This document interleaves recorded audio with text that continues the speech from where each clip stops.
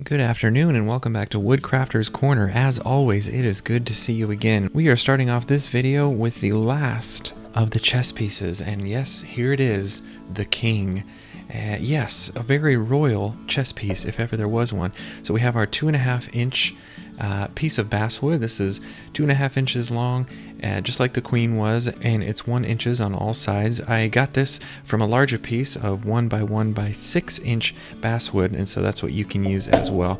So much like our other ones, we're doing similar things along the whole, I guess you could say, neck and base, but then when you get to the head, or in this case what looks like pretty much just a crown, then that's where things change a little bit. So for most of this, we're going to be doing the same exact things we did for the queen, for the bishop, and just all these different ones on the bottom half. But let's just get right into it, huh? So all we need is, this isn't quite a roughing knife, it's a flex cut detail knife, but I do like that for this purpose, taking out these larger chunks. And then of course I have a smaller one for when we get to those details if necessary. So let's begin. The first thing, just like with all the others, the base usually takes up the full width of the bottom of the board here. So all I do is just make a rough circle, very rough in fact, as you can see. But really all we need is just a guide to take out the corners and then make a cylinder shape. And so that's what we're going to do, just like we did with the queen in a previous video. So the circle just needs to touch all the sides, and then you can see we just need to get rid of these corners. So that's pretty much the first step. So we're just going to take that out, and so that's it. Let's get to it.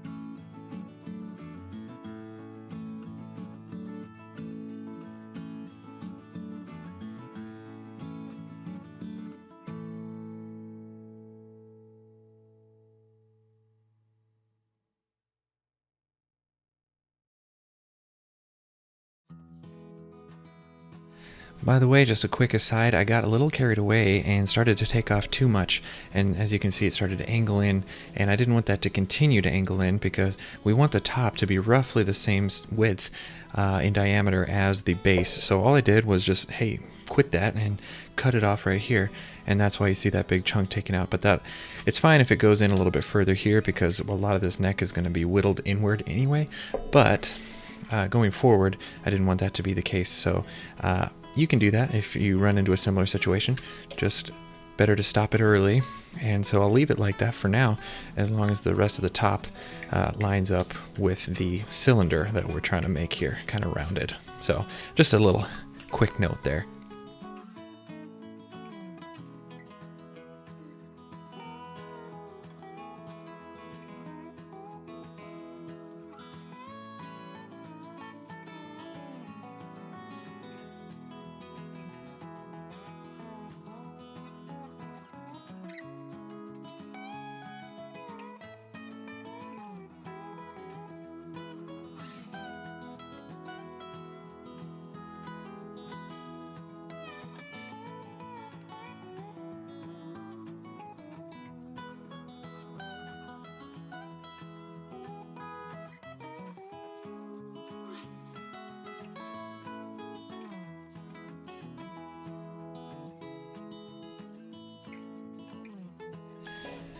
Alright, so now that we've got the kind of a cylinder shape whittled out here, if you will, we're going to move on to using the pattern, and I've made this available at my website, so if you want one for yourself, just head right on over there. That's totally fine.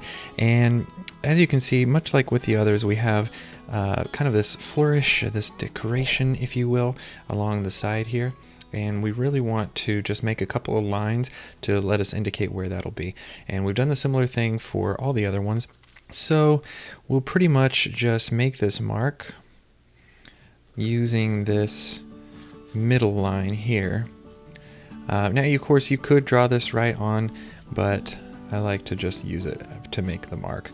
So make that here, maybe a little lower. There we go. Just a guide, really, to kind of give you something to look at. And that's really, I think, the best way to do it, because overall, you just want to make this your own. You know, you're not trying to make it just like this, but that's the beauty of this chess set, is that it's really something that you can adapt to your own style. So anyway, making a couple marks there because, well, and actually, now that I think about it, we should make another mark for the neck area where it ends, because we don't want to go up too high either. So that's just for reference, but we'll continue on. Now, really, like we've done again with the past ones, this is my reference one, I grabbed the wrong one. We want to really just go around and make a mark, and I'm going to make it on kind of the lower side of this mark, which is really rough, but it's totally fine if yours is the same. So make a mark there, and then we're just going to follow it around using the bottom there as kind of a guide. I'm getting better at meeting up with the mark on the other side, but I'd say maybe 30% of the time I have to redo it. So that's fun. And then we'll just do the same thing up here. And this will just give us an idea. Huh, not bad. All right, so that's pretty much it. So that's our starting point. So then we're just going to start making little chunks out here to just make that line a little more obvious. Then you just go around and make these marks to kind of make it stand out a little bit, and then this band, if you will become on the 3D right here, this little thing. So we're going to make marks here, here, here, and here, and we're just going to do that all the way around, and eventually we're going to start working out the neck. So let's get to that.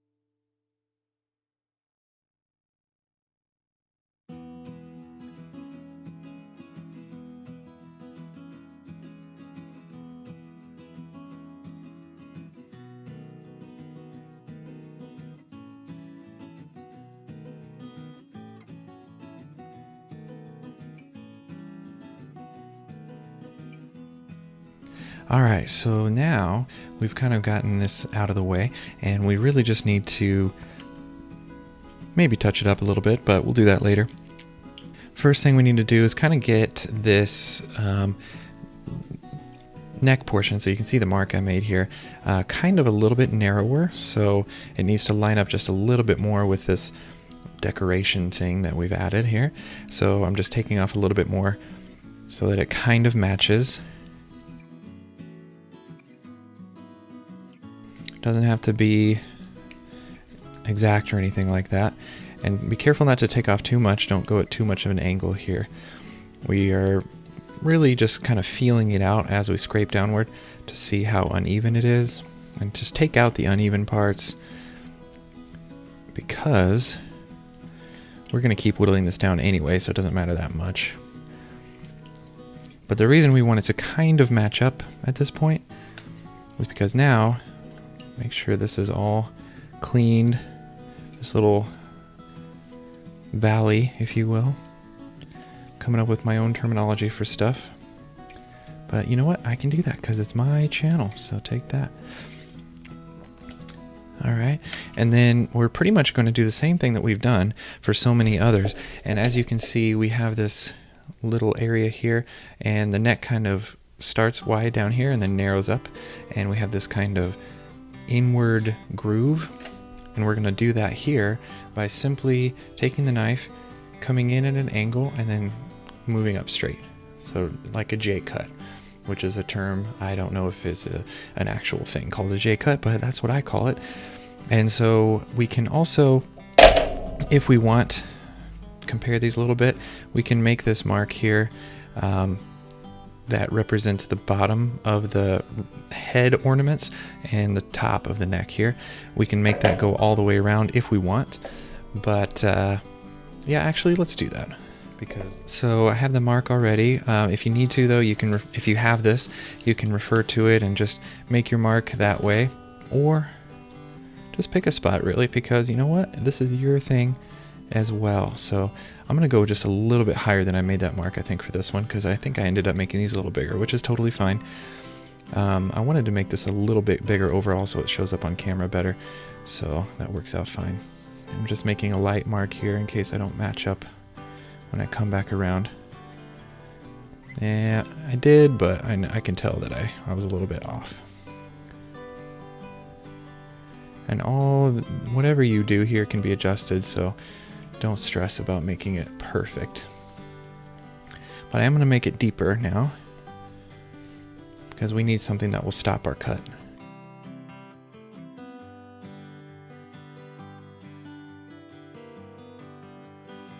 And that's pretty much it. So now we're going to do that J cutting action that we mentioned, so let's get to that.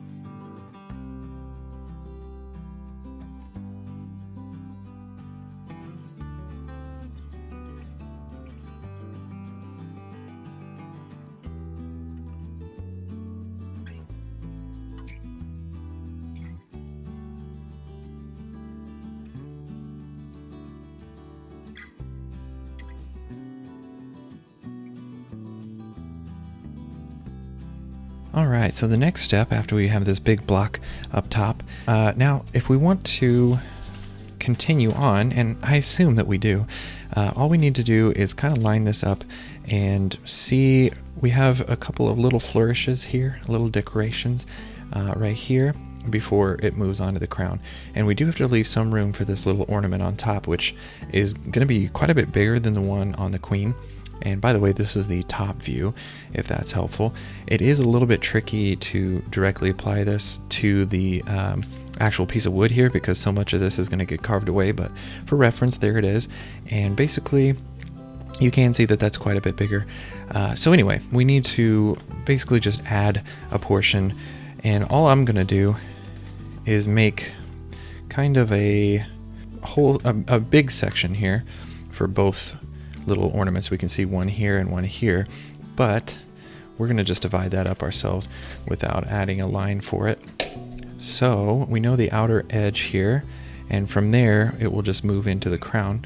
So we're going to make that mark all the way around, and then just kind of follow me along if you want and watch how I do it.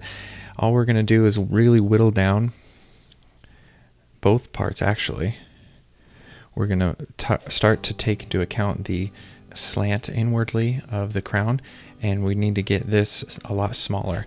As you can see, it's way too big right now. So all I'm really going to do for that is make this smaller by doing this a lot, and then we'll come in, make this a little bit after we make that line deeper, and do the same thing. And so pretty much just whittling it down, but mainly we need to make sure we leave this upper section because that needs to be quite a bit thicker than the rest of it. So that's a little heads up, and so to speak, let's get going. All right, I'm coming back at you because after I looked at it a little bit, I thought, hey, is that enough room for what I want to do? And I don't think it is, so I'm going to end up making this line just a little bit lower. You know, kind of doing this on the fly, you know, working through the camera lens makes it a little bit tricky to line up that line sometimes. But if you end up getting the pattern, it can be a little bit easier to cut it out or glue it on, trace it with carbon paper, something like that.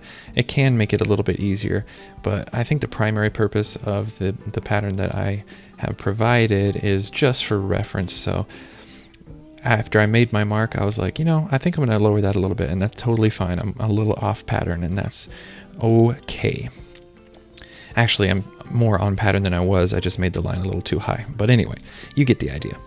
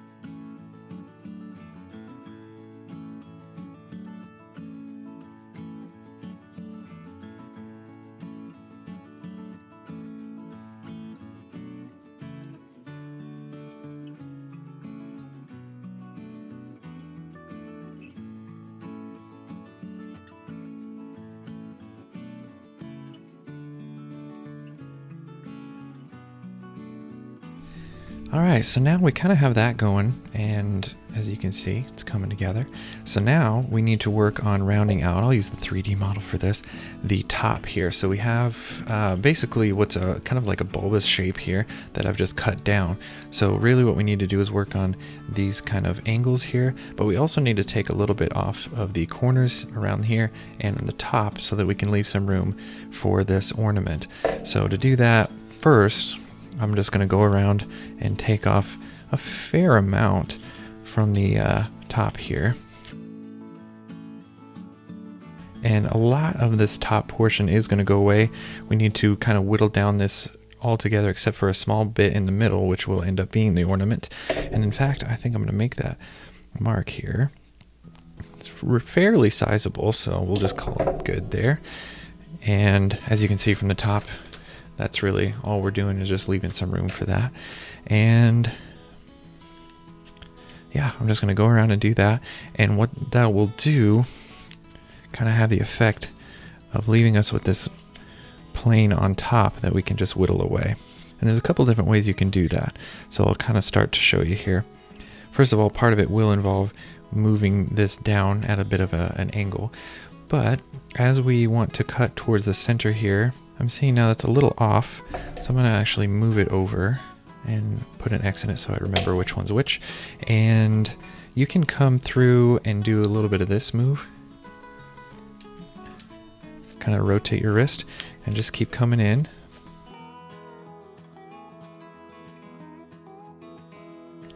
And that'll have the effect of leaving this bit that will become the ornament.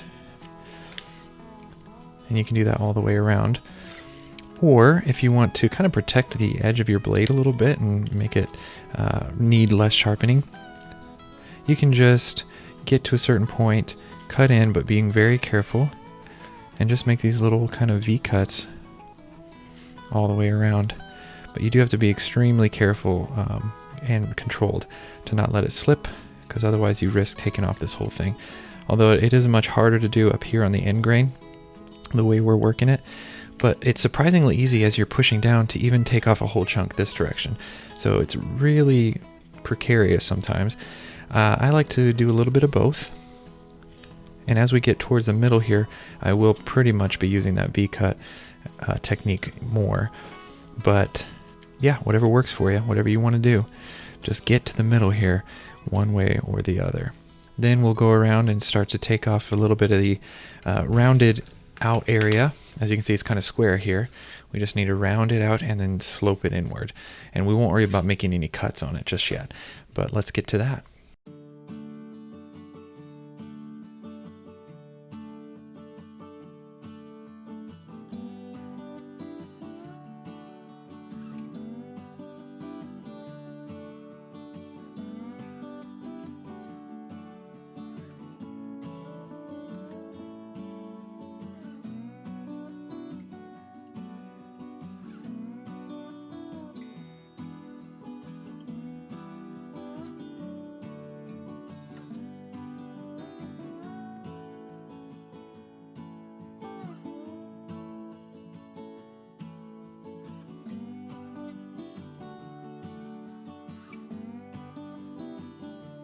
And by the way, as you start to work around here a little bit, as you can see I'm doing, it's much easier on the end grain here to slide like this, kind of a sliding motion, and you're kind of cutting like that. It's much easier to do that, and it helps to be a little more controlled as well, because when you push, working against the grain, it's actually a lot harder than it looks. And especially if you start out here and you come up here, it's pretty tough. It's not likely to break off on this part, but better safe than sorry. So using that sliding motion as we work all around here is going to make things a lot easier for you. So just keep that in mind.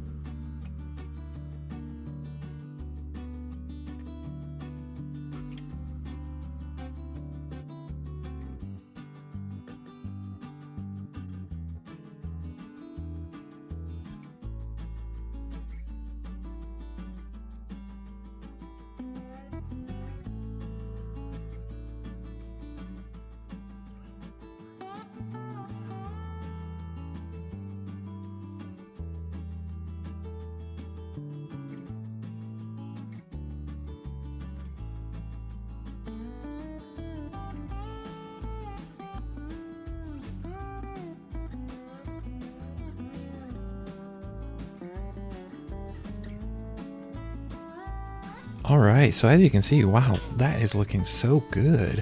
And we're pretty much done with the main body. You can narrow this up if you want. I tend to leave it a little bit bigger, except that was a little uneven, just because, you know, it's the king, all right? He needs something.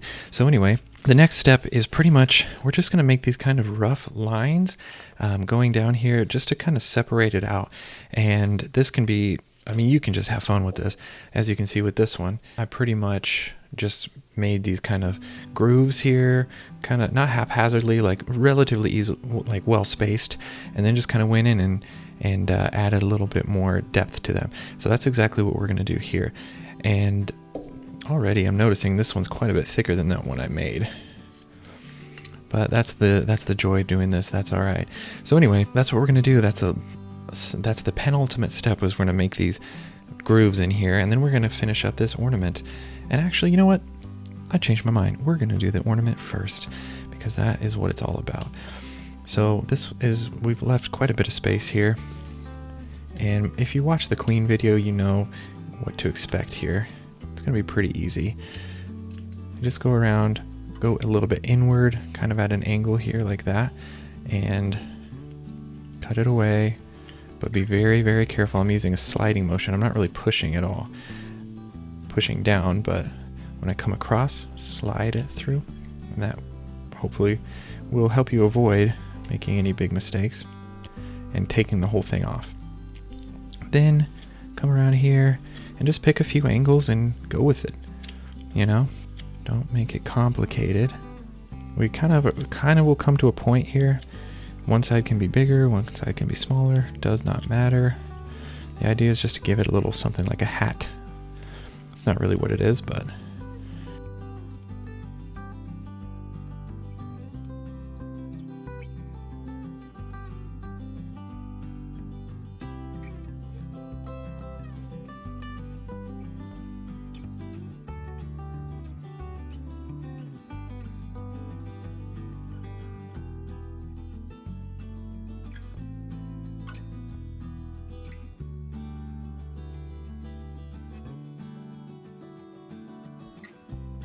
pretty much all you have to do, really.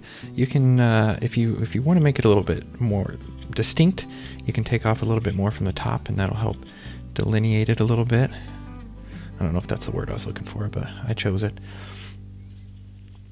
But you do run the risk of making the top a little bit flatter, and then you have to round out the rest a little bit more, and that's all right, you know, it's all part of the journey. But that looks pretty good to me. So next, we're just going to make these grooves, and then we're going to be done. Isn't that crazy?